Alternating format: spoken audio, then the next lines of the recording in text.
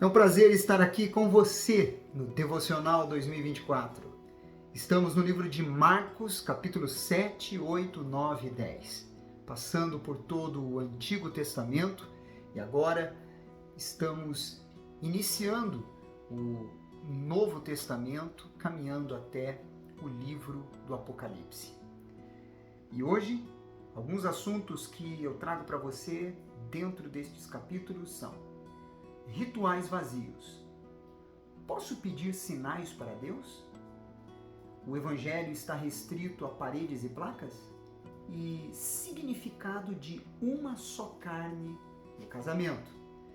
No capítulo 7, no versículo 6 ao 9, quando fala sobre Jesus e a tradição dos anciãos, porque eles estavam discutindo sobre o que contaminava, porque os discípulos não haviam lavado as mãos para comer. E o Senhor Jesus então trouxe um grande ensinamento. A palavra de Deus diz assim, versículo 6.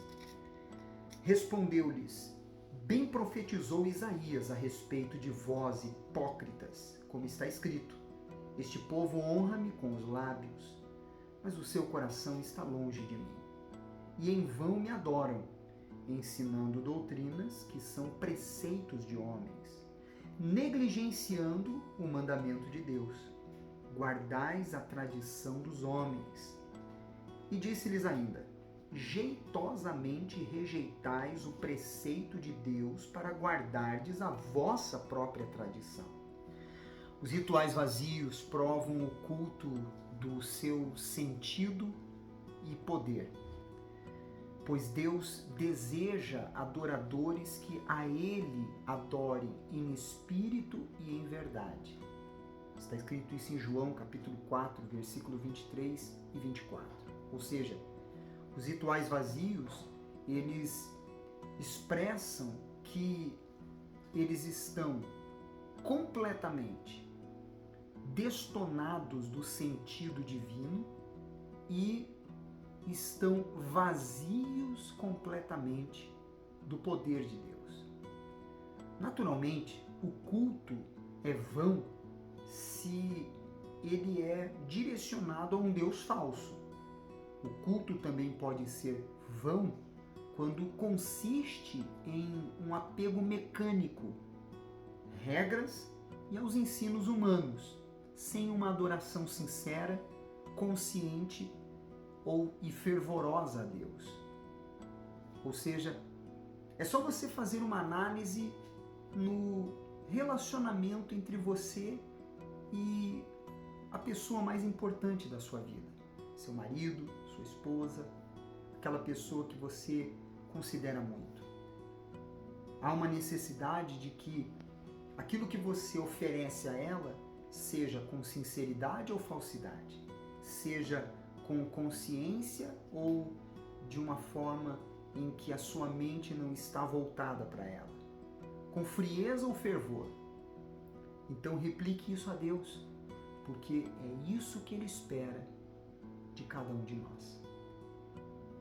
No versículo 15 ao versículo 23, quando ele ainda dá continuidade falando sobre esse assunto do lavar as mãos, ou seja, as questões exteriores e o interior que estava contaminado. No versículo 15, ele diz: nada há fora do homem que entrando nele o possa contaminar, mas o que sai do homem é o que o contamina. Aí no versículo 21, ele diz: porque de dentro do coração dos homens é o que procedem os maus desígnios, a prostituição, os furtos, os homicídios, os adultérios, a avareza, as malícias, o dolo, a lascívia, a inveja, a blasfêmia, a soberba, a loucura. Ora, todos estes males vêm de dentro e contaminam o homem. São os desejos que habitam em nós, que sendo eles praticados, é que produzem a contaminação. A pornografia, ela não contamina. O que contamina é se deixar levar pelo desejo que habita dentro da pessoa e aí se inclina para a pornografia. Não é a bebida que contamina, mas é o desejo desenfreado que faz a pessoa se inclinar para aquilo e aí, consequentemente, ela se torna viciada. E assim por diante. Ou seja, é o que está dentro de você que você necessita anular, mortificar, rejeitar, para que assim você possa viver em comunhão com Deus. No versículo 26 ao versículo 30, ele fala sobre uma mulher cirofenícia, dizendo assim: quando ela chegou até ele para pedir a cura da sua filha. Esta mulher era grega, de origem cirofenícia, e rogava-lhe que expelisse de sua filha o demônio. Mas Jesus lhe disse: deixa primeiro que se fartem os filhos, porque não é bom tomar o pão dos filhos e lançá-los aos cachorrinhos. Ela, porém, lhe respondeu: sim, Senhor, mas os cachorrinhos debaixo da mesa comem das migalhas das crianças. Então lhes disse: por causa desta palavra, podes ir, o demônio já saiu da sua filha. Voltando ela para casa, achou a menina sobre a cama, pois o demônio a deixara. Jesus não estava obrigando a mulher a suplicar, mas talvez estivesse sondando a profundidade da sua fé no Deus de Israel. Outra possibilidade é que quisesse dar aos seus discípulos uma lição acerca do amor universal de Deus. A persistência da mulher mostra ter visto algo em Jesus que a incentivava a continuar pedindo. Talvez um piscar de olhos ou o tom da voz de Jesus. O uso da palavra cachorrinhos, comumente aplicada pelos judeus aos gentios, talvez tenha sido sarcástico. A maneira que encontrou de mostrar que desprezar os outros é algo estranho ao coração de Deus. Mas o que nos chama a atenção, além das palavras de Jesus, é a fé intrépida e humilde desta mulher. Aprendemos muito com ela. No versículo 33 ao 35, a palavra de Deus mostra o seguinte: que Jesus curou um homem que era surdo e gago. E o interessante é que ele usou dos sinais para poder se comunicar com aquele homem. Para você ver como Jesus, ele vai a todos, absolutamente, das suas condições físicas, emocionais e espiritual. A Bíblia diz assim no versículo 33: Jesus, tirando-o da multidão, à parte, pôs-lhe os dedos nos ouvidos e lhe tocou a língua com saliva. Depois, erguendo os olhos ao céu, suspirou e disse: Efatá, que quer dizer, abre-te. Abriram-se os ouvidos e logo se lhe soltou o empecilho da língua e falava desembaraçadamente. Como o homem não podia ouvir nem falar direito, Jesus, em vez de falar, mostrou o que estava para fazer. Ao tocar os ouvidos do homem, ficou óbvio que trataria da surdez daquele homem. Ao aplicar a saliva na língua do homem, transmitiu numa linguagem de sinais a intenção de restituir-lhe a fala.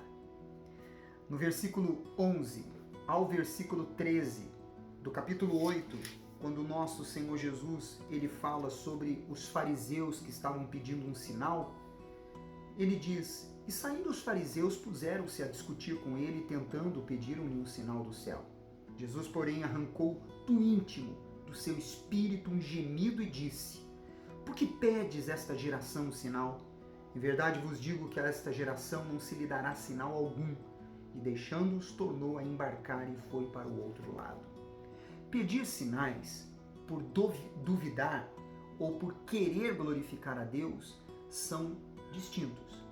Os milagres têm uma finalidade bem específica, visam glorificar a Deus e levar as pessoas à crença nele.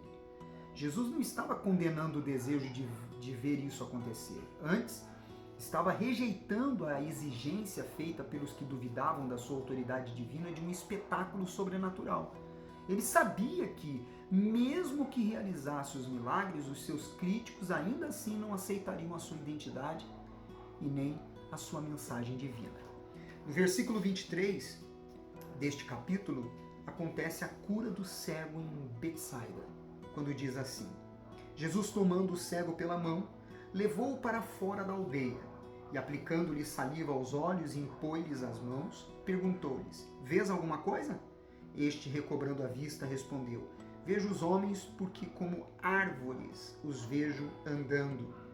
Então novamente lhes pôs as mãos nos olhos e ele, passando a ver claramente, ficou restabelecido e tudo distinguia de modo perfeito. Essa história nos traz duas lições. Primeiro, Jesus cura as pessoas de várias maneiras. Nesse caso, utilizou um processo de duas fases. Naquela ocasião, escritores romanos e rabinos judeus consideravam a saliva um tratamento eficaz para a cegueira. Nesse caso, Jesus pode ter percebido que o homem precisava que a sua fé fosse fortalecida. E segundo, e mais importante, alcançar discernimento espiritual pode ser o processo gradual e não um acontecimento dramático. Os discípulos, como o homem cego, tinham certa medida de percepção, mas ainda precisavam do auxílio de Jesus para obter mais entendimento. No versículo 34 ao 38, ele diz: Então, convocando a multidão e juntamente os seus discípulos, disse-lhes: Se alguém quer vir após mim, a si mesmo se negue. Tome a sua cruz e siga-me. Quem quiser, pois, salvar a sua vida, perdê-la-á. E quem perder a sua vida por causa de mim e do Evangelho, salvá-la-á. Que aproveita o homem ganhar o mundo inteiro e perder a sua alma? Que daria o homem em troca da sua alma? Porque qualquer que, nesta geração adúltera e pecadora, se envergonhar de mim e das minhas palavras, também o Filho do Homem se envergonhará dele, quando vier na glória de seu Pai com os santos anjos. O reino dos céus pertence aos humildes de espírito, como está em Mateus 5,3. Os que reconhecem a sua leveza espiritual e sentem necessidade do auxílio de Deus. Devemos dizer não a qualquer egoísmo ou orgulho doentio que possam inibir a genuína humildade e fé que Deus deseja, como está escrito em Tiago 4, 6 ao 10 e 1 Pedro 5, versículo 6. Jesus pede que nos neguemos com respeito ao nosso egocentrismo, para que as suas prioridades se tornem as nossas. Lá no versículo 38 ao 40 do capítulo 9, ele fala algo muito importante para nós. Disse-lhe João: Mestre, vimos um homem que em teu nome expelia demônios, o qual não nos segue, e nós lhe proibimos, porque não seguia conosco. Mas Jesus respondeu: Não lhe proibais, porque ninguém há que faça milagre em meu nome e logo a seguir possa falar mal de mim. Pois quem não é contra nós, é por nós. O Evangelho do nosso Senhor Jesus não está restrito a paredes ou placa de uma instituição. Todo aquele que propaga o Evangelho de forma sincera e verdadeira faz parte da Igreja do Senhor Jesus. Se alguém diz que somente a sua pregação, a sua instituição é a certa, já está pecando. E para terminar, a palavra de Deus mostra que o Senhor Jesus, ele no versículo 7 e 8 do capítulo 10, ele diz assim, veja só: Por isso deixará o homem seu pai e sua mãe, e se unirá à sua mulher. E com a sua mulher serão os dois uma só carne, de modo que já não são dois, mas uma só carne. Deus concedeu o casamento como exemplo vivo de harmonia e de interdependência. Uma só carne acentua a união sexual, mas o vínculo matrimonial também representa uma profunda fusão espiritual. À medida que duas pessoas unem tempo, recursos, emoções e objetivos, é assim como Cristo, que reúne muitos indivíduos com personalidades e dons particulares. Você vê isso em 1 Coríntios 12, do versículo 12 e 13. O casamento combina duas pessoas num vínculo comum de fidelidade comprometida e duradoura, como está escrito em Efésios 5, versículo 21 ao 23. Eu volto amanhã com o devocional, dando continuidade ao livro de Marcos. Você é especial para Deus. Não esqueça de enviar a todos os seus contatos esse vídeo. Deus te abençoe.